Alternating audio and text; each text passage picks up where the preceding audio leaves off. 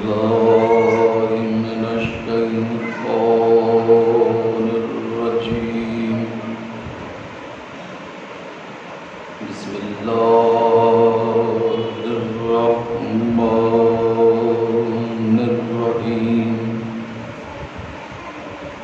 الحمد لله الذي هدانا لهذا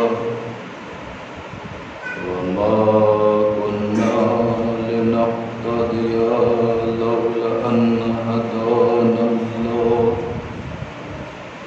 لقد جاءت رسل ربنا بالحق. الصلاة والسلام والتحية والإكرام على رسول الثقلين محبوب رب المشرقين والمغربين جد الحسن والحسين أبي القاسم محمد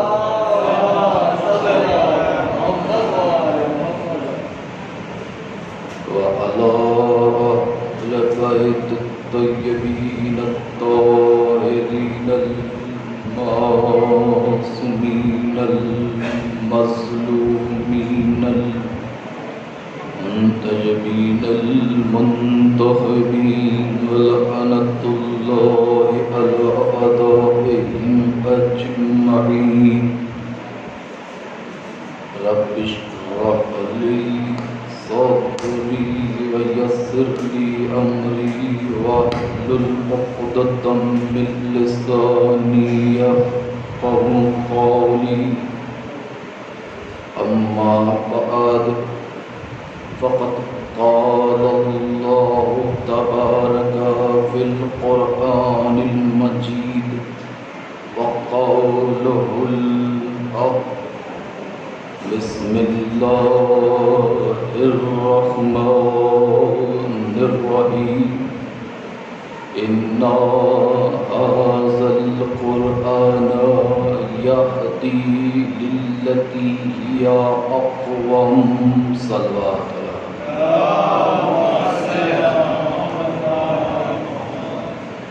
معزز سامعین کرام، قبل اس کے کچھ بیانات کا سلسلہ اس آیہ کریمہ کے ذیل میں پڑھے. آپ سبھی حضرات سے گزارش ہے کہ ایک مرتبہ سورہ الحمد اور 3 مرتبہ سورہ اخلاص کی تلاوت فرما کے مرحوم سید ذکی حیدر ابن سید رضی حیدر، نگار فاطمہ بنت سید ذکی حیدر عسکری حیدر ابن سید رضی حیدر صاحب کی ارواح کو حساب فرما.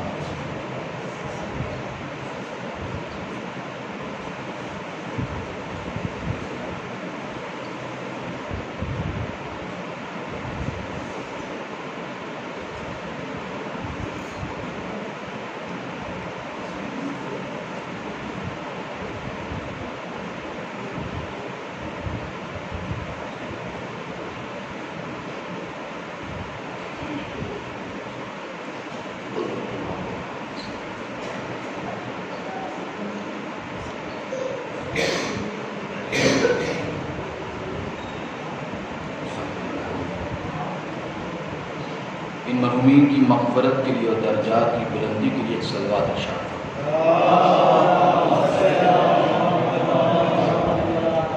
آئیے سب سے پہلے جو میرا دستور ہے خطبے کے بعد اپنے وقت کے امام کو دعا کی کلمات سے یاد کرنا.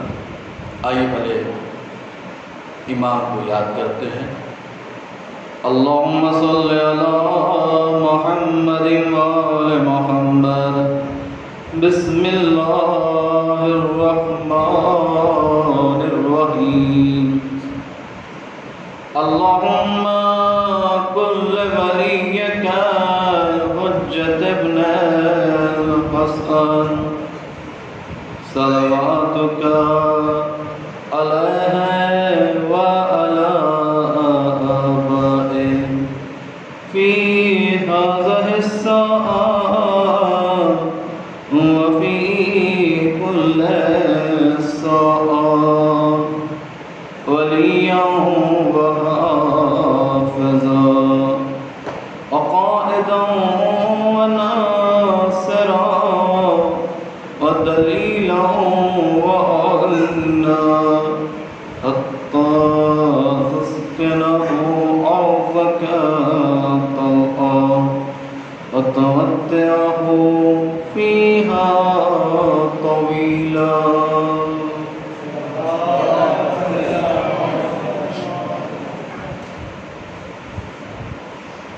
خمسہ مجالس کی یہ دوسری مجلس کا آغاز شروع ہو چکا ہے کہ عالمین کا رب پروردگار عالم اپنی محکم کتاب، بے مثل و بے نظیر کتاب قرآن مجید کے سورہ بنی اسرائیل کی آیت نمبر 9 کا ایک حصہ ہے جس کو میں نے سرنام کلام اس مجلس کا قرار دیا کہ اللہ کیا فرما رہا ہے. ان ھذا القرآن یہدی للتی ہی اقوم، یقیناً یہ قرآن اس راستے کی طرف ہدایت کرتا ہے جو سب سے زیادہ سیدھا اور مستقیم ہے. کل صراط مستقیم واضح ہو گیا تھا کہ صراط مستقیم سے مراد کوئی اور راستہ نہیں، اہل بیت کا راستہ ہے، کربلا والوں کا راستہ ہے.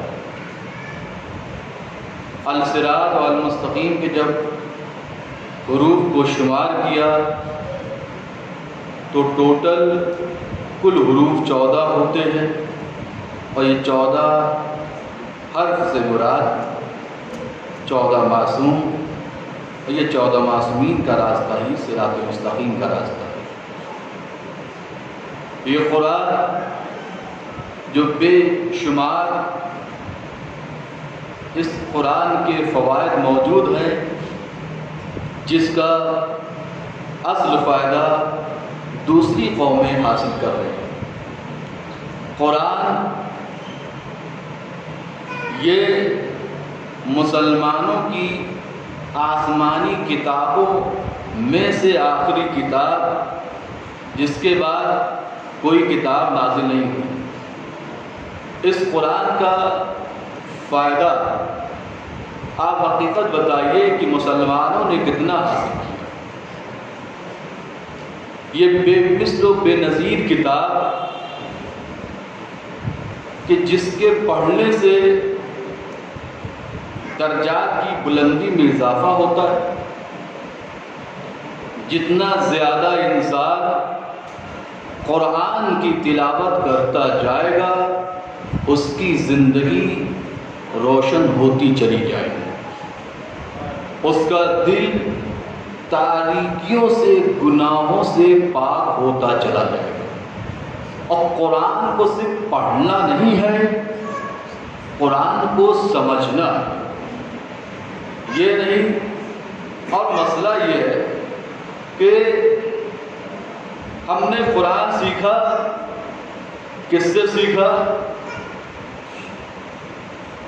گھر میں سیکھ لیا، فلاں محترمہ آتی تھی یا محترم آتے تھے، انہوں نے پڑھا دیا، سیکھ لیا.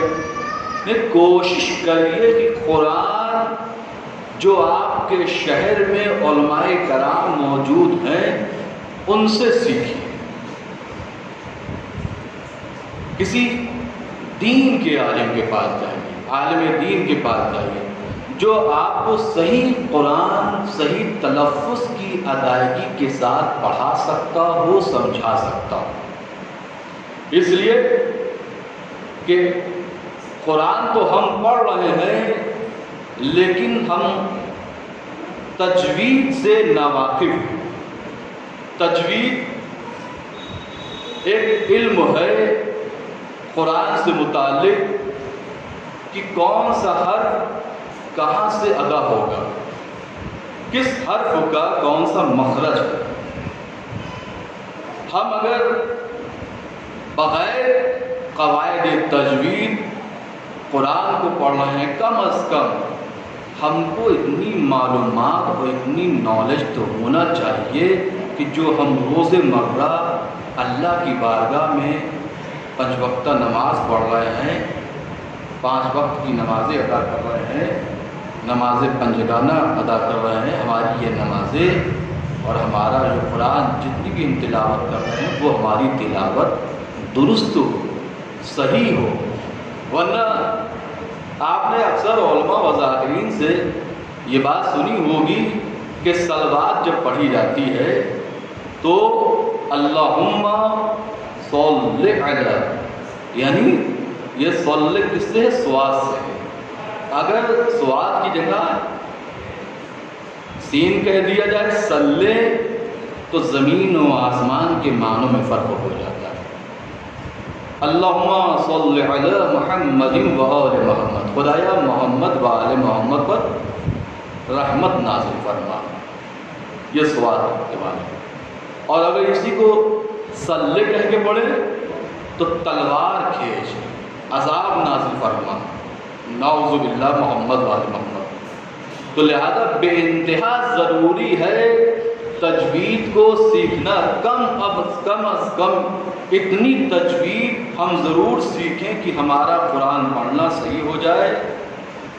اس کے بعد ہر علم کی بڑی گہرائی ہے علم دین میں، اور جو ہم نمازیں پڑھ رہے ہیں وہ ہماری نمازیں درست رہیں، اور شریعت کو شریعت کی طرح لے کے چلیں، اسلام کو اسلام کے مطابق ہم کو چلنا ہوگا۔ آج ہو کیا رہا ہے کہ ہم جیسے چاہیں شریعت کو گھمانا چاہتے ہیں، ہم یہ چاہتے ہیں کہ اسلام ہمارے حساب سے چلے، شریعت ہمارے حساب سے چلے۔ تو جو بھی یہ کوشش کرتا ہے تو وہ شریعت و اسلام اس کے حوالے سے نہیں چل سکتی، اس کے مطابق نہیں چل سکتی، مگر وہ دائرہ اسلام سے خارج ہو جائے گا اگر اس نے شریعت کے معاملے میں کچھ اس طرح کی بحث کی کہ جو بحث بالکل مناسب نہیں۔ لہذا آپ دیکھیں آج قرآن کن معنوں میں استعمال کیا۔ کل میں نے آپ کے درمیان کچھ قرآن کے سلسلے میں صفتیں بیان کی تھی، آج بھی 1-2 صفت بیان کر کے بات کو آگے بڑھانا ہے کہ اللہ کا ولی، رسول کا وسیع، مولائے کائنات حضرت امیر المومنین علی بن ابی طالب، مولائے کائنات کیا ارشاد فرماتے ہیں؟ وَاعْلَمُوا أَنَّ هَذَا الْقُرْآنَ وَاعْلَمُوا أَنَّ هَذَا الْقُرْآنَ هُوَ النَّاصِرُ الَّذِي لَا يَغُشُّ وَالْهَادِي الَّذِي لَا يُضِلُّ وَالْمُحَدِّثُ الَّذِي لَا يَكْذِبُ وَاعْلَمُوا أَنَّ هَذَا الْقُرْآنَ، اور جان لو بے شک یہ قرآن هُوَ النَّاصِرُ، ایسا ناصر ہے، ایسا نصیحت کرنے والا ہے، الذی لا یغش، جو کبھی خیانت نہیں کرتا، ایسا ناصر ہے جو کبھی خیانت نہیں کرتا، والہادی، اور ایسا ہادی ہے، ایسا ہدایت کرنے والا ہے، الذی لا یضل، جو کبھی گمراہ نہیں کرتا، والمحدث، اور ایسا کلام کرنے والا ہے، ایسا گفتگو کرنے والا ہے، الذی لا یکذب، جو کبھی جھوٹ نہیں بولتا۔ معلوم ہوا قرآن ایسا ناصر کوئی ناصر نہیں، قرآن ایسا ہادی کوئی ہادی نہیں، قرآن ایسا کلام کرنے والا، گفتگو کرنے والا کوئی گفتگو کرنے والا نہیں۔ توجہ فرمائیے گا کہ یعنی وہ قرآن ہے، یہ کس قرآن کی بات ہو رہی ہے؟ یہ قرآن صامت کی بات ہو رہی ہے، یعنی قرآن صامت جو خاموش کتاب ہے۔ خاموش کتاب کی جب اتنے فضائل ہیں کہ بے مثل و بے نظیر ہیں، تو پھر وہ جو قرآن ناطق ہے، جو قرآن کا معلم ہو، توجہ رہے، ایک سلوات پڑھ دیے محمد۔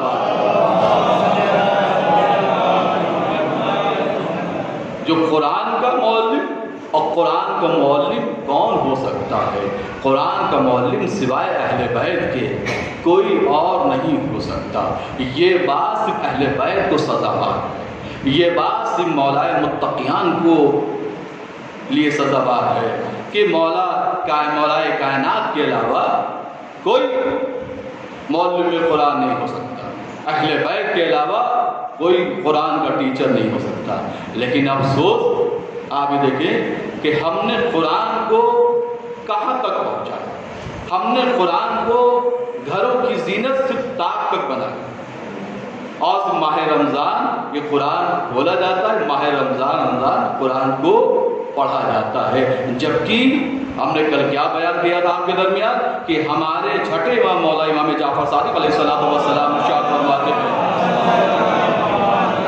کہ ہمارے چاہنے والوں کو چاہیے کہ 50 آیتوں کی تلاوت روزانہ کریں۔ اب جو بھی مولا کا چاہنے والا ہوگا، جو بھی یہ دم بھرتا ہوگا کہ ہم مولا کے چاہنے والے ہیں، ہمارے کہنے سے کچھ نہیں ہوتا کہ ہم مولا کے چاہنے والے ہیں جب تک مولا ہم کو اپنا چاہنے والا قرار نہ دے۔ اے مسلمانوں، یہ تم نے کیا کیا؟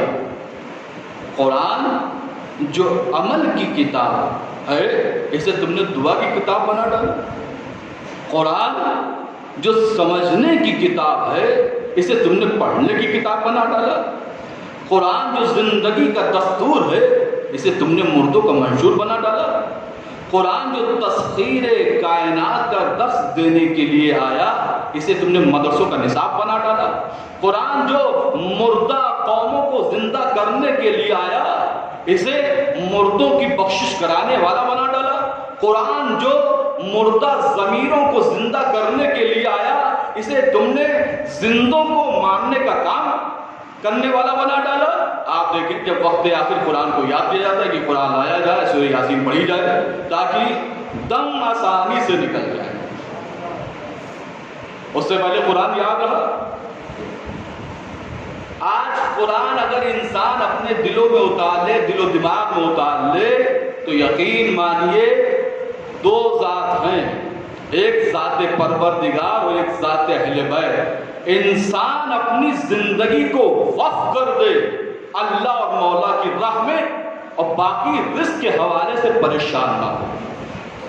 اللہ نے معصومین نے جو ہم کو بتایا ہے، ہم اس راستے پر عمل کریں، رزق ہماری قسمت میں جتنا ہے وہ ہمیں حاصل ہو کے رہے گا، اور ہمارے نیک اعمال ہمارے رزق میں اضافہ کرتے ہیں۔ ہم جتنا زیادہ قرآن کی تلاوت کرتے جائیں گے، ہمارا حافظہ بھی مضبوط ہوتا چلا جائے گا، گھر میں خیر و برکت بھی نازل ہوگی، ہمارے رزق میں اضافہ بھی ہوگا۔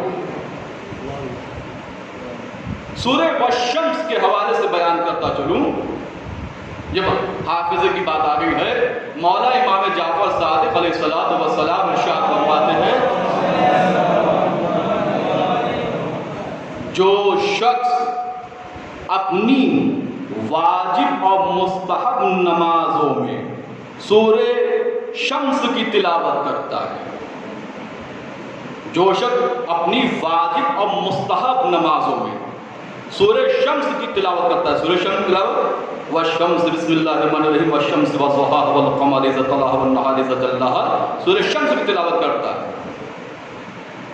تو اس کی نیک توفیقات میں اضافہ ہوتا ہے، الہی توفیقات میں اضافہ ہوتا ہے، اور اس کا حافظہ مضبوط ہوتا ہے۔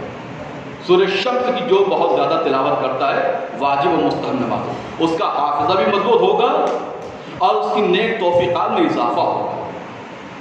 جو الہی توفیقات ہوتی ہیں اس میں اضافہ ہوتا چلا جائے گا، اور حافظے کے مضبوط کرنے کے لیے ہر نماز پنجگانہ کے بعد انسان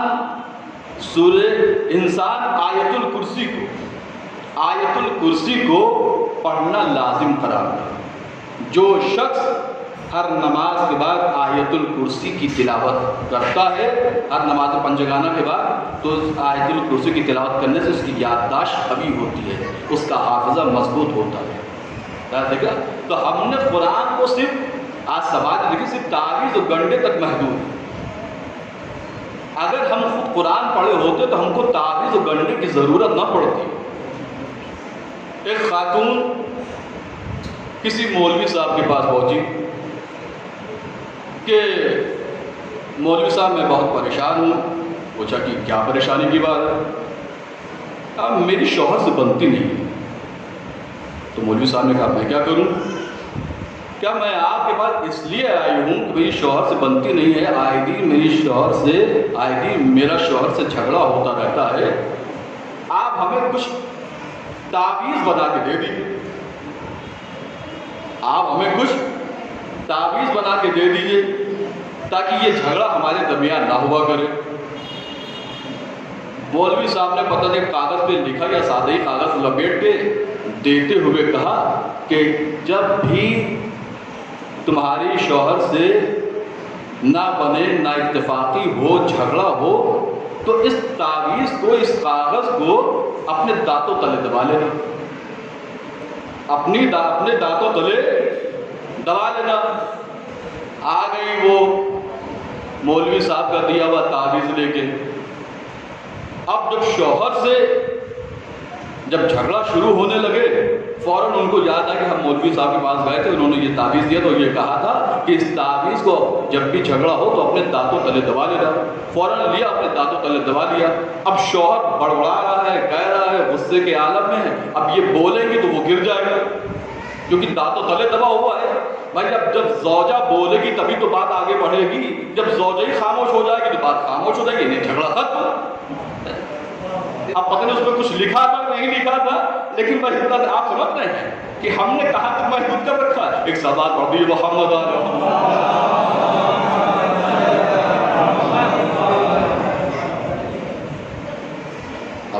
اگر منہ کھولتی ہے تو وہ کاغذ گر جائے گا، لہٰذا خاموش ہو۔ جو بھی شوہر کہہ رہا ہے بھائی یہی تو ہوتا ہے کہ لڑائی کب خاموش ہوتی ہے کہ جب دو میں سے ایک خاموش ہو جائے تو جھگڑا خود بخود بند ہو جائے گا، لیکن جب دونوں سینہ تان لے، ارے تم شیر تو ہم سوا شیر، تو پھر جھگڑا تو بڑھتا ہی رہے گا۔ لہذا ہم قرآن کو سیکھیں اہل بیت کے در سے، اہل بیت کے در سے۔ یہ قرآن کی تعلیم سے ہم صحیح معنوں میں وابستہ ہیں۔ یہ قرآن کا عملی جامہ دیکھنا ہے تو ہم اہل بیت کی سیرت کو دیکھیں، اہل بیت کی کردار کو دیکھیں، کردار اہل بیت کو دیکھتے جائیں اور اس کردار اہل بیت کو اپنی زندگی میں اتارتے چلے جائیں۔ قرآن کے معارف، رموز و اسرار کو عالم علم لدنی ہی بتا سکتا ہے۔ قرآن کے حقائق و معارف، رموز و اسرار کو عالم علم لدنی ہی بتا سکتا ہے، اور وہی یہ کہہ سکتا ہے کہ قرآن میں ہر سوال کا جواب موجود ہے۔ ہر ایک کے بس کی بات نہیں کہ وہ اسرار قرآن، رموز قرآن اور حقائق قرآن کو سمجھ سکے۔ قرآن مجید کی صحیح تفسیر و تعویل وہی کر سکتا ہے جس کو اس بات کا علم ہو کہ کون سی آیت کہاں نازل ہوئی، سفر میں کون سی آیت نازل ہوئی، حضر میں کون سی آیت نازل ہوئی، گھر میں کون سی آیت نازل ہوئی، مسجد میں کون سی آیت نازل ہوئی، میدان میں کون سی آیت نازل ہوئی، پنجتن جب ایک چادر میں جمع ہوئے تو کون سی آیت نازل ہوئی، علی نے حالت رکوع میں زکوٰۃ دی تو کون سی آیت نازل ہوئی۔ توجہ رہے، کبھی پنجتن پاک نے جب روزہ رکھا تو کبھی سائل نے، مسکین نے، یتیم نے آ کے آواز دی، اپنے آگے کا کھانا پیش کر دیا تو کون سی آیت نازل ہوئی، دسویں کون سی آیت ہے، بزمی کون سی آیت ہے، رزم میں کون سی آیت نازل ہوئی، بزم میں کون سی آیت نازل ہوئی، عرشی کون سی آیت ہے، فرشی کون سی آیت ہے، محکم کون سی آیت ہے، متشابہ کون سی آیت ہے، ناسخ کون سی آیت ہے، منسوخ کون سی آیت ہے، مکی کون سی آیت ہے، مدنی کون سی آیت ہے۔ عالم قرآن ہم ہیں، قرآن ہمارے ساتھ ہے، ہم قرآن کے ساتھ ہیں، قرآن اہل بیت کے ساتھ ہے، اہل بیت قرآن کے ساتھ ہے۔ القرآن مع علی و علی مع القرآن، قرآن علی کے ساتھ ہے اور علی قرآن کے ساتھ ہے۔ وہ جس کو قرآن لینا ہو ہمارے در پر آئے، قرآن بولتا ہے ہماری زبان سے، یہ قرآن ثابت ہے، ہم قرآن ناطق ہیں۔ صلوات پڑھیے محمد۔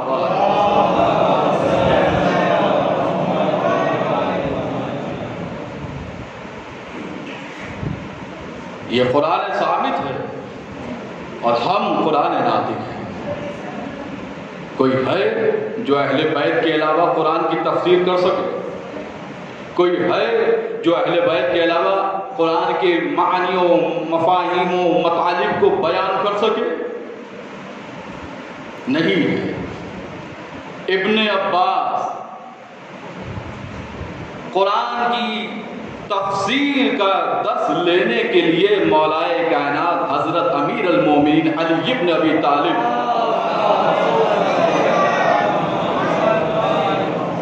کے پاس آتے ہیں اور آنے کے بعد کہتے ہیں مولا میں آپ کے پاس آیا ہوں قرآن کی تفسیر کا درس لینے کے لیے۔ شب کا وقت تھا، مولا نے سورہ حمد کی تفسیر شروع کرنے سے پہلے بسم اللہ کی تفسیر بیان کی۔ بھائی کوئی بھی سورہ پڑھیں تو بسم اللہ، تو سورہ حمد کی تفسیر بیان کرنے سے پہلے بسم اللہ کی تفسیر بیان کی۔ پوری رات گزر گئی مگر بسم اللہ کی تفسیر ختم نہ ہوئی، پوری رات گزر گئی مگر بسم اللہ کی تفسیر ختم نہ ہوئی۔ مولا علی نے فرمایا اے ابن عباس، اگر 70 اونٹوں کو لایا جائے اور ان 70 اونٹوں پر بسم اللہ کی تفسیر کا وزن رکھا جائے تو بھی 70 اونٹ کم پڑ جائے۔ یعنی قرآن کی گہرائی دیکھیے، قرآن کی عمیقیت دیکھیے کہ کیا سمندر ہے قرآن، اور سمندر کو سمندر ہی بتا سکتا ہے۔ ایک سمندر قرآن ثابت کی شکل میں ہے اور ایک سمندر قرآن ناطق علی ابن ابی طالب کی شکل میں ہے۔ دیکھا آپ نے قرآن عظیم کی تابانی اور تازی 1400 سال کے بعد بھی باقی ہے۔ زمان و مکان کی حدیں اسے محدود نہیں کر سکتی، وہ ہر جگہ ہے، ہما وقت ہے۔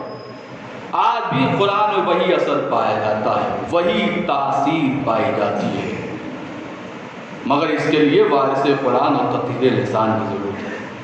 آج بھی قرآن کے ذریعے پہاڑوں کو چلایا جا سکتا ہے، آج بھی قرآن کی معرفت درختوں کو ہٹایا جا سکتا ہے، آج بھی قرآن کے ذریعے مردوں کو جلایا جا سکتا ہے، جیسا کہ خود قرآن مجید میں ارشاد ہوا ہے بسم اللہ الرحمن الرحیم وَلَوْ أَنَّا قُرْآنًا سُيِّرَتْ بِهِ الْجِبَالُ أَوْ قُطِّعَتْ بِهِ الْأَرْضُ أَوْ كُلِّمَ بِهِ الْمَوْتَىٰ۔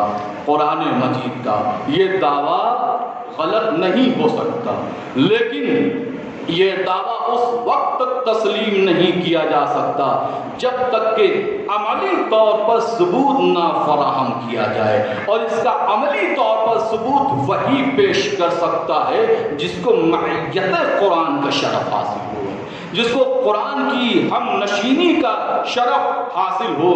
سیرت بہل جبالوں کے ثبوت کے لیے مباہلے کا وہ میدان ہے، مباہلے کا وہ میدان ہے، مباہلے کا وہ میدان ہے جس میں پیغمبر اکرم رسول کریم حضرت محمد مصطفیٰ صلی اللہ علیہ وسلم اپنے اہل بیت کو صداقت کا گواہ بنا کر لے کے نکلے، اور جیسے ہی یہ پاک و پاکیزہ نورانی ہستیاں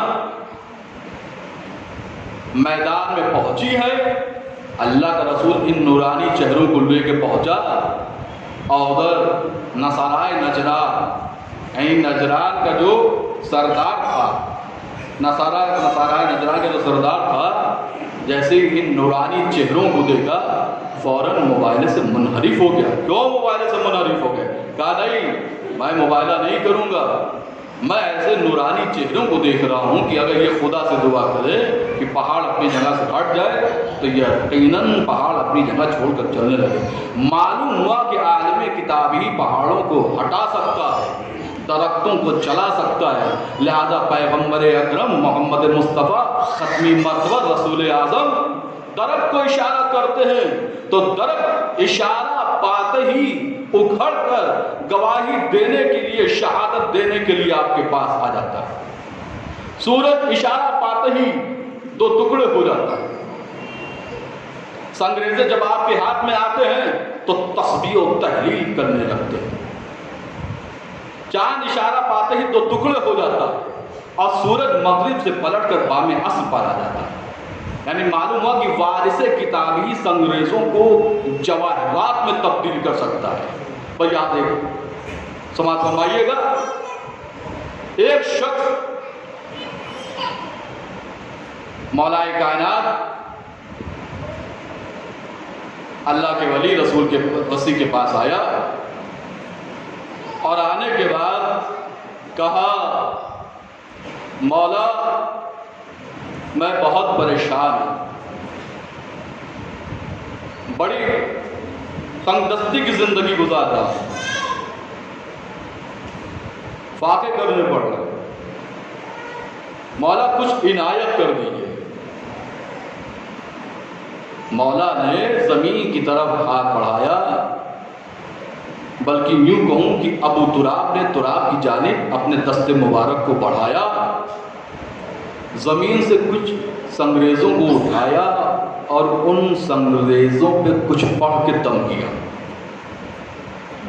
ادھر اللہ کے ولی نے ان سنگریزوں پہ کچھ پڑھ کے دم کیا. وہ سنگریزے اب سنگریزے نہ رہے بلکہ انہوں نے جواہر کی شکل اختیار کر لی. وہ جواہرات میں تبدیل ہو گئے، ہیرے میں تبدیل ہو گئے. جب وہ جواہر میں تبدیل ہو گئے تو علی نے ان جواہر کو شخص کے حوالے کر دیا. وہ شخص لے کے چلا گیا. جب تک ان جواہرات سے اس کا خرچ چلتا رہا وہ اپنے خرچ کو پورا کرتا رہا. لیکن جب اس نے محسوس کیا کہ اب یہ جواہر میں کمی آ رہی ہے، لہذا ہم کو مولا کے پاس پھر جانا ہوگا اور ان سے پھر طلب کرنا ہوگا. اب جو مولا کائنات کے پاس آیا تو یہ سوچ کے آیا تھا کہ مولا سے یہ نسخہ ہم تعلیم لے لیں گے کہ سنگریزوں کو جواہر میں کیسے بدلا جاتا ہے. یہ ہم مولا سے تعلیم لے لیں گے اور جب مجھے مولا تعلیم فرما دیں گے تو ہم کو مولا کے پاس بار بار جانے کی ضرورت ہی نہیں ہوگی. ہم خود ہی سنگریزوں کو جواہر میں تبدیل کر کے بناتے رہیں گے خرچ، تب تو ہم خود دوسروں کو بانٹیں گے. بہت خوش تھا، کیا کیا سوچ کے آیا تھا. آیا مولا کے بعد، مولا کیا ہے؟ مولا جو آپ نے جواہر دیے تھے، جو جواہرات دیے تھے وہ ختم ہو گئے. مولا اگر کچھ اور مہربانی ہو جائے، کچھ اور عنایت ہو جائے. مولا نے کہا کوئی بات نہیں. پھر وہی عمل کیا، زمین سے سنگریزوں کو اٹھایا اور ان سنگریزوں پہ کچھ پڑھا. پڑھ کے جیسے ہی دم کیا وہ سنگریزے جواہرات میں تبدیل ہو گئے. دے دیا. اب جب لے کر چلا، ابھی ایک دو قدم آگے بڑھایا تھا کہ قدم رک گئے. مولا نے پوچھا کیا بات ہے، کیوں رک گئے؟ کہا مولا ایک سوال میرے ذہن میں آیا. ہاں بتاؤ کیا سوال ہے؟ مولا مجھے بڑی شرمندگی ہوتی ہے کہ میں آپ کو بار بار جو زحمت دیتا ہوں، تکلیف دیتا ہوں، میں چاہتا ہوں کہ میں آپ کی یہ زحمت نہ ہوں، میں یہ تکلیف دے کے میں شرمندگی کا سامنا نہ کرنا پڑے مجھ کو. مولا اگر آپ مناسب سمجھیے، اگر آپ بہتر سمجھے تو یہ نسخہ آپ مجھ کو تعلیم فرما دیجیے. مولا نے کہا کوئی بڑی بات نہیں ہے، سورہ الحمد پڑھ کے دم کر لیا کرو. کہا مولا بہت شکریہ آپ کا، مولا آپ کا بہت شکریہ. آپ جیسے ہی مولا کے در سے نکلا، دربار سے نکلا، پھولوں نہ سمائے کہ ارے اب تو ہم جواہر پہ جواہر تبدیل کرتے رہیں گے اور چھوٹا موٹا پتھر نہیں ایک بہت بڑا پتھر لے کے بیٹھیں گے. اور آیا گھر پہ راستے بھر جھومتا ہوا، ہاپتا اور کاپتا خوشی کے مارے کہ اب تو ہم خود جواہر بنا لیا کریں گے. آیا گھر پہ چاہے جا کے کوئی دوسرے کاموں پہلے وقت گزارتا، ہاتھ منہ دھو لیتا، کھانا پانی کر لیتا، کچھ بھی کر لیتا، تھوڑا آرام کر، نہیں اتنا خوش تھا کہ ایک بہت بڑا پتھر لے کے بیٹھ گیا. ایک بہت بڑا پتھر لے کے بیٹھ گیا. اب سورہ حمد پڑھنا شروع کی. ایک مرتبہ سورہ حمد کی تلاوت کی، وہ پتھر پتھر ہی رہا. 3 مرتبہ سورہ حمد کی تلاوت کی، اس پتھر نے جواہر کی شکل اختیار نہیں کی. 7 مرتبہ سورہ حمد کی تلاوت کی، وہ پتھر پتھر ہی رہا. یہاں تک کہ 70 مرتبہ سورہ حمد کی تلاوت کر ڈالی، مگر وہ پتھر پتھر ہی رہا، جواہر کی شکل میں تبدیل نہ ہوا. یہاں تک کہ 700 مرتبہ سورہ الحمد کی تلاوت کر ڈالی، مگر وہ پتھر پتھر ہی رہا. اس پتھر نے جواہر کی شکل کو اختیار نہ کیا، وہ پتھر پتھر ہی رہا. پسینے سے تر بتر صبح سے شام ہو گئی پڑھتے پڑھتے، بڑا حیرت میں پڑ گیا. ارے مولا نے اس کا مطلب لگتا ہے کچھ اور پڑھا، مجھے کچھ اور بتلایا. آیا مولا کے پاس، مولا نے کہا کیا بات ہے، بڑے ہانپ رہے ہو، بڑے کانپ رہے ہو، یہ تمہاری حالت کیسی ہے، پسینے اتنا پسینہ. کہا مولا یہ سب چھوڑیے، پہلے یہ بتائیے آپ نے پڑھا کیا تھا. میں نے آپ نے جو مجھے نسخہ تعلیم فرمایا کہ سورہ الحمد پڑھ لیا کرو، میں نے سورہ الحمد کی تلاوت 1 بار نہیں، 3 بار نہیں، 7 بار نہیں، 70 بار نہیں، 700 مرتبہ کر ڈالی، مگر پتھر پتھر ہی رہا. مولا یقیناً آپ نے کچھ اور پڑھا، مجھے کچھ اور بتلایا. مولا نے کہا نہیں، میں نے جو کچھ پڑھا تھا وہی تجھے تعلیم فرمایا. اگر یقین نہیں آتا ہے تو دیکھ لے اس عمل کو. اب جو مولا نے ابو تراب نے تراب کی جانب سے سنگریزوں کو اٹھایا، بلند آواز سے سورہ الحمد کو پڑھ کے دم کیا، ادھر سورہ الحمد کو پڑھ کے سنگریزوں پہ دم کرنا تھا کہ ادھر سنگریزوں نے جواہر کی شکل اختیار کر لی. اور جب وہ سنگریزے جواہر کی شکل میں تبدیل ہو گئے، وہ شخص مولا علی کو سرتا پر حیرت کی نگاہوں سے تعجب سے دیکھنے لگا. مولا نے کہا ارے تعجب سے کیا دیکھتا ہے، ہم جو کچھ پڑھتے ہیں کامل معرفت کے ساتھ پڑھتے ہیں. صلوات بھیجیے محمد.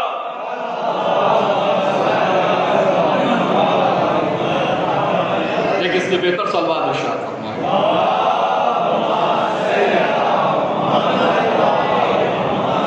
ہم جو کچھ پڑھتے ہیں کامل معرفت کے ساتھ پڑھتے ہیں. آج بھی قرآن میں وہی اثر موجود ہے، وہی تاثیر پائی جاتی ہے، مگر اس کے لیے وارث قرآن اور تطہیر لسان کی ضرورت ہے. قرآن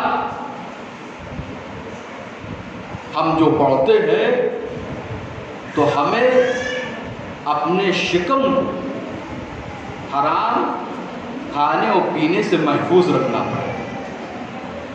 جب تک ہم اپنے شکم کو حرام چیزوں سے محفوظ نہیں رکھیں گے، ہماری زبان میں تاثیر نہیں آنے والی. پھر ہم یہ کہتے ہیں کہ ہماری دعائیں قبول نہیں ہوتی. ہمیں 20 سال ہو گیا دعا مانگتے ہوئے. اب یہ دعا والا ٹاپک ایک الگ ٹاپک ہے کہ بہت سے لوگوں کی دعا واقعی جو خدا سے بہت قریب ہے ان کی بھی قبول ہونے میں بہت ٹائم لگ جاتا ہے. تو وہ انداز خدا کو بہت پسند آتا ہے. آپ بہت دیکھیے پروردگار مولا جب غیروں کی سن لیتے ہیں تو ہم تو ان کے اپنے ہیں، مگر ہم مولا جیسا مولا چاہتے ہیں ویسا ہم بن کے تو دکھائیں. ہم کو جن جن چیزوں سے منع کیا گیا ہے، جیسی زندگی گزارنے کا ہمیں طریقہ بتایا گیا تھا، ہم ان طریقوں پہ عمل تو کریں. ہم اپنی زبان میں تاثیر کب پیدا ہو پائے گی؟ ہماری زبان میں تاثیر تبھی آئے گی جب ہم واجبات پر عمل کریں اور محرمات سے پرہیز کریں. آج آگے تھی ایک جھوٹ، یہ بات آگے بیان کرتا چلو، جھوٹ بولنا کیا ہے؟ جس کو ایک کامن لیا جاتا ہے، ایک نارمل. بہت سے لوگ باتوں کی ابتدا جھوٹ سے کرتے ہیں اور بیچ بیچ میں جھوٹ بولتے رہتے ہیں، اور جھوٹی قسم سچی قسم بھی کھانا مکروہ ہے، اور جھوٹی قسم کھانا حرام ہے. اور جھوٹ بولنے سے انسان اپنا نقصان کرتا ہے. کیا نقصان ہوتا ہے؟ ایک تو گناہان کبیرہ ہے جھوٹ بولنا، اور جھوٹ بولنے سے حافظہ کمزور ہوتا ہے. انسان اپنی باتوں میں جتنا جھوٹ کا سہارا لے گا اس کا حافظہ کمزور ہوگا. اور جو علی کا چاہنے والا ہو وہ تو جھوٹ بول ہی نہیں سکتا، کیونکہ ہم کو مولا نے یہ تعلیم دی نہیں. لہذا جو مولا کا چاہنے والا ہے وہ تمام گناہ سے اپنے کو محفوظ رکھتا ہے. لہذا ہم جھوٹ بول کے اپنا نقصان نہ کریں. ایک تو گناہان کبیرہ، اور دوسری بات کہ گناہان کبیرہ کے ساتھ ساتھ حافظہ کمزور کر رہے ہیں، اپنی نیک توفیقات میں کمی پیدا کر رہے ہیں. لہذا ہم قرآن، آج یہ مسلمان اگر قرآن پڑھے ہوتے صحیح معنوں میں تو آج ان کی یہ حالت، یہ کنڈیشن نہ ہو. کیسی حالت، کیسی کیفیت؟ ایک عیسائی فیملی ہے، ایک اپنی گاڑی میں بیٹھ کے کہیں کا سفر طے کر رہی ہے. کچھ کلومیٹر وہ فیملی نے سفر طے کیا کہ کیا دیکھا کچھ کلومیٹر جانے کے بعد کہ ایک لمبی قطار گاڑیوں کی کھڑی ہے. معلوم کیا تو معلوم ہوا کہ آگے کچھ مسلمان لوگ کھڑے ہیں اور وہ گاڑیوں سے اتار کے پوچھ رہے ہیں کہ یہ بتاؤ تم مسلمان ہو؟ اگر کوئی کہتا ہے ہاں ہے، اچھا قرآن سناؤ. اگر قرآن نہیں سناتے تو اسے مار دیتے ہیں، قرآن نہیں سناتے تو مار دیتے ہیں. اور جو قرآن سنا دیتا ہے، اب وہ صحیح معنوں میں قرآن پڑھے تھے کہ نہیں پڑھے تھے وہ بھی آپ کو پتہ چل جائے گا. اب یہ عیسائی فیملی، اس کی جو وائف تھی، اس کی زوجہ پریشان ہونے لگی، بچے بھی ساتھ میں تھے کہ اب کیا ہوگا. یا تو اب ہم لوگ بہت برا پھنس گئے ہیں، بہت گرفتار ہوئے. اس کے شوہر نے کہا اپنی زوجہ سے تم اطمینان رکھو، ابھی دیکھو کیا ہوتا ہے. اب جب اس کا نمبر آیا، پوچھا تم کون ہو؟ کہا میں مسلمان ہوں. اور تھا عیسائی.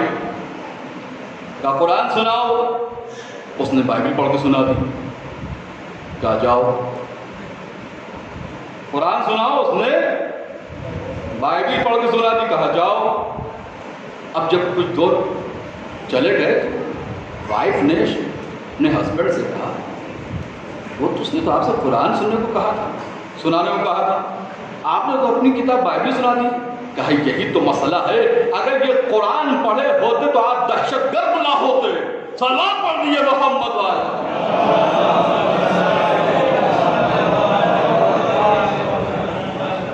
اگر یہ قرآن پڑھے ہوتے، ہم نے صرف اسلام کو محدود کر دیا ہے داڑھی تک. قرآن جس نے زندگی کو کامیاب بنانا سکھایا ہے، اور ہم اپنی زندگی کو کہاں لے جا رہے ہیں؟ ہم سے مراد یہ امت مسلمہ ہے. یہ قرآن اور قرآن کے بعد نہج البلاغہ اور صحیفہ کاملہ، صحیفہ سجادی جو چوتھے امام کی لکھی ہوئی کتاب. کتنے لوگ اس کتاب کو پڑھ کے فارن کنٹری میں شیعہ ہو گئے، کتنی تعداد ہو گئی ہے. نہج البلاغہ قرآن کو پڑھ کر، نہج البلاغہ کو پڑھ کر، صحیفہ کاملہ کو پڑھ کر، جو چوتھے امام کی دعاؤں کی مجموعے کی کتاب ہے. یعنی ایسے نایاب تحفے ہمارے پاس موجود ہیں، غیر قوم یہودی اور نصارہ فائدہ حاصل کر رہے ہیں، اور ہم ان کتابوں سے محروم ہیں. ہم جہاں علم دنیا میں اپنا وقت صرف کرتے ہیں، یقیناً جب تک ہم اس زندگی اللہ نے ہم کو اس سماج میں زندہ رکھے گا پروردگار عالم، اس دنیا میں جو دنیا مسافر خانے کے معنی ہے، جو دنیا مدرسے کی معنی ہے، جب تک اس دنیا میں ہمیں علم دنیا کام آتا رہے، لیکن علم دین ایک ایسا دین ہے، ایک ایسا علم ہے کہ جو آپ کو یہاں بھی فائدہ بخشے گا اور آخرت میں بھی فائدہ بخشے گا، جو دونوں جگہ آپ کو سرخرو کرے گا۔ لہذا ہم کو چاہیے آج کے دور میں ہم علم دنیا کے ساتھ ساتھ علم دین بھی حاصل کرتے رہیں، کم از کم ان مسائل سے، ان باتوں سے اس حد تک واقف رہیں کہ جو مسائل سے ہم روزانہ دو چار ہوتے ہیں۔ اتنا تو علم ہونا چاہیے، موٹی موٹی چیزوں کا علم ہونا چاہیے۔ باقی انسان کی اپنی ایک مصروفیت ہے، کیونکہ اب وہ روزی کمانے کے لیے نکلتا ہے گھر سے، تو وہ بھی ایک عبادت ہے۔ بچوں کی تعلیم اور تربیت اور پرورش جتنی بہتر سے بہتر ہو سکے یہ بھی ایک عبادت ہے، لہذا یہ بھی۔ لیکن جب بھی ٹائم ملے، 10 منٹ ہی صحیح، 5 منٹ ہی صحیح، ہم قرآن پر ان کتابوں کو ٹائم دیں، ایک ٹائم بنا لیں کہ ہم کو آدھا گھنٹہ قرآن و آدھا گھنٹہ نہج البلاغہ، دھیرے دھیرے ایک ایک صفحہ آدھا صفحہ پڑھیں اور مفاہیم و ترجمے کے ساتھ پڑھیں، تو دیکھیے زندگی میں کیسی تبدیلیاں پیدا ہوتی ہیں۔ اور واقعاً کوئی اگر قرآن کو اور نہج البلاغہ اور صحیفہ کاملہ کو پڑھ لے تو اس کی زندگی پھر معراج کی زندگی ہو جایا کرتی ہے۔ ایک صلوات پڑھیے محمد۔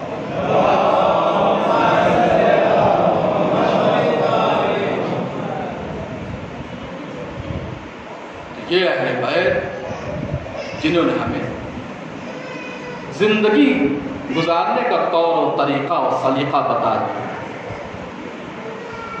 ہم جتنا فخر کریں اتنا کم ہے، جتنا فخر کریں، جتنی خوشی ہم محسوس کریں اتنا کم ہے، کہ اللہ نے ہماری ولادت ایک ایسے گھرانے میں کی کہ جب ہم کچھ بافہم ہوئے تو ہم کو ایسے رہبروں کے بارے میں بتایا گیا جو دونوں جہان میں بے مثل و بے نظیر ہیں، دونوں جہان میں، صرف اس جہان میں نہیں، دونوں جہان میں بے مثل و بے نظیر ہیں۔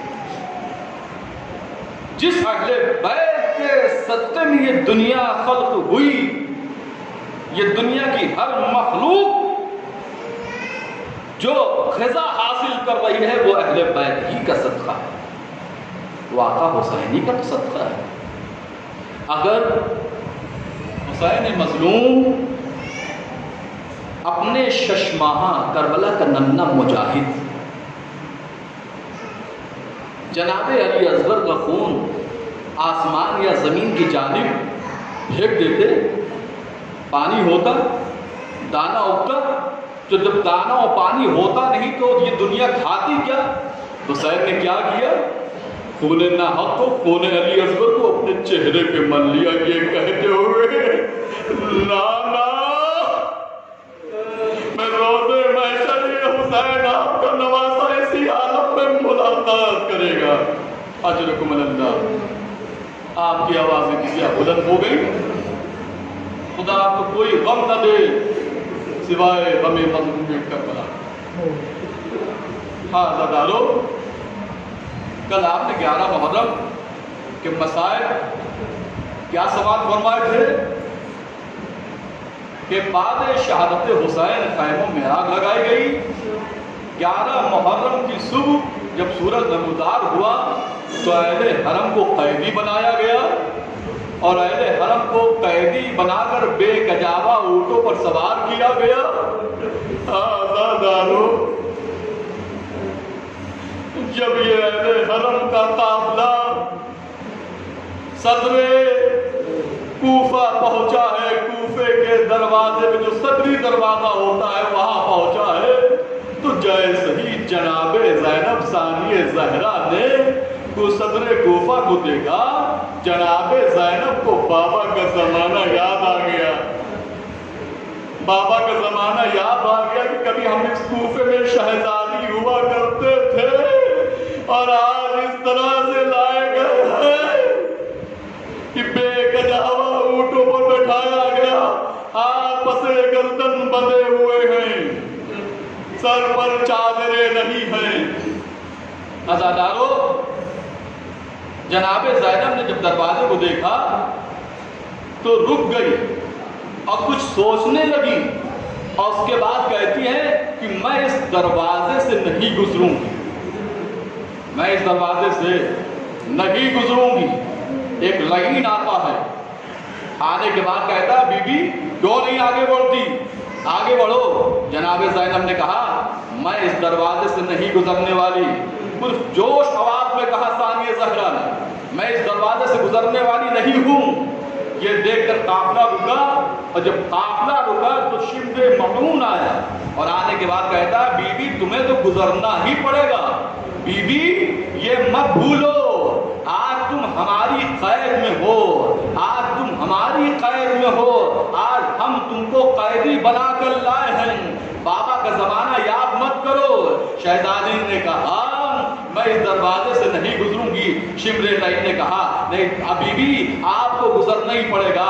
پر یہ کچھ بحث چلی، کچھ دیر تک یہ تکرار باتوں کی ہوتی رہی۔ ایک تقریباً 4 سالہ ایک بچی جناب زینب کی آغوش میں بیٹھی تھی، رو کے کہتی ہے پھوپھی اماں، پھوپھی اماں، کیا پچھلے زمانے میں گزشتہ زمانے میں کوئی نبی سالے گزرے ہیں؟ جناب زینب کہتی ہیں ہاں بیٹی سالے نبی کا گزر ہوا ہے۔ پھوپھی اماں ان کی ایک سواری ناقہ تھی۔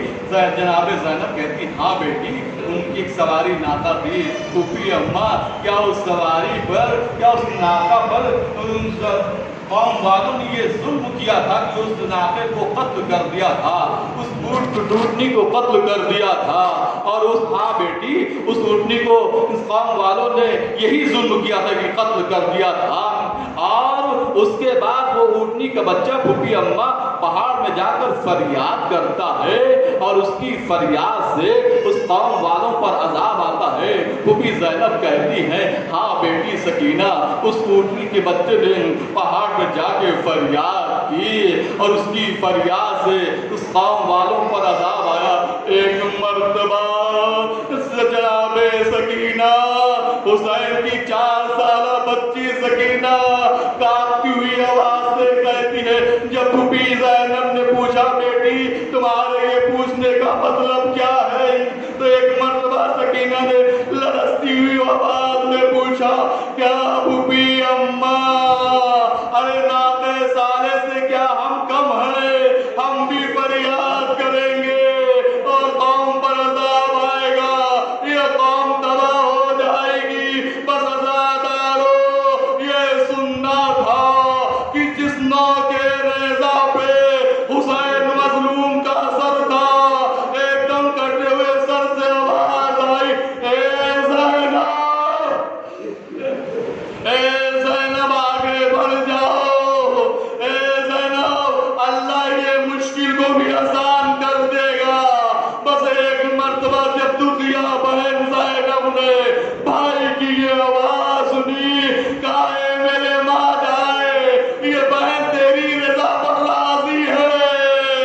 بس عزادارو آخری جملے مجلس کا ارباب رضا جناب زینب جب کوفے کے اس صدری دروازے سے گزارا گیا اہل حرم کو، تو بیویوں کو علی کا زمانہ یاد آ گیا، زینب و کلثوم کو بابا علی کا زمانہ یاد آ گیا۔ ایک مرتبہ رو کے بہن کرتی ہے اے بابا کہاں ہو بابا، اے بابا کبھی ہم اس کوفے میں شہزادی نہیں ہوا کرتے تھے، اے بابا آج آپ نے اپنی بیٹی کی مصیبتوں کو دیکھو، اے بابا آج اس طرح سے لائے گئے ہیں کہ سر پر چادر نہیں ہے، ہاتھ سے گردن بندھے ہوئے ہیں، بے کجاوا اونٹ ہے اور ہماری سواری ہے۔ اے بابا آؤ اپنی بیٹی کی مظلومیت کو دیکھو۔ سیعلم الذین ظلموا أَيَّ مُنقَلِبٍ يَنقَلِبُونَ بِذَنبِ قَضَائِكَ تَسْلِيمًا لِأَمْرِكَ۔ خدایا ہماری اس خلیل سی عبادت کو اپنی بارگاہ میں عروجیت و مقبولیت کا درجہ عطا فرما خدایا بحق محمد علیہ محمد گناہان کبیرہ صغیرہ کو معاف فرما خدایا بحق محمد علیہ محمد ہمیں جو مقبول ہے مجھے قرض کو ادا فرما خدایا بحق محمد علیہ تمام امین و نات کی پریشانی کو دور فرما خدایا بحق محمد علیہ محمد مولا امام زمانہ اسلام کو قبول تعجیل فرما اور ہم سب کو کے عوام کی شاد شمار فرما اللہ کی مقبر کی مدد ہم کی تصویر اللہ کو آپ باقت کی مدین کو میں پڑھتا ہوں ساتھ ہیں اللہم صلی علی محمد وآل محمد اللہم صلی علی محمد وآل محمد اللہم صلی علی محمد وآل محمد اعوذ باللہ من الشیطان الرجیم بسم اللہ الرحمن الرحیم الحمد للہ رب العالمین الرحمن الرحیم مالک یوم الدین